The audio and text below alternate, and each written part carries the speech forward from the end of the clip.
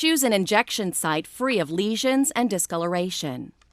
Select a site 3 to 4 finger widths below the antecubital space and 1 hand width above the wrist.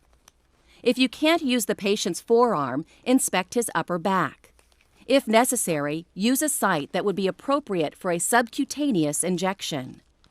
Position the patient's arm so that his elbow and forearm are supported on a flat surface. Apply clean gloves. Use an antiseptic swab to clean the site, beginning at the center and circling outward about 2 inches or 5 centimeters.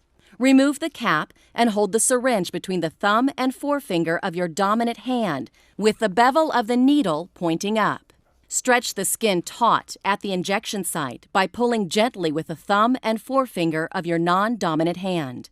Hold the needle very close to the patient's skin. Insert it slowly at a 5 to 15 degree angle until you feel resistance. Advance the needle through the epidermis to a depth of about 1/8 of an inch or 3 millimeters. You'll see the slight bulge of the needle tip beneath the skin.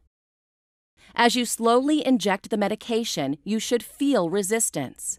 If you don't, it's likely the needle is too deep. Withdraw it and begin the procedure again. As you inject the medication, a 1/4 inch bleb that resembles a mosquito bite will appear on the patient's skin.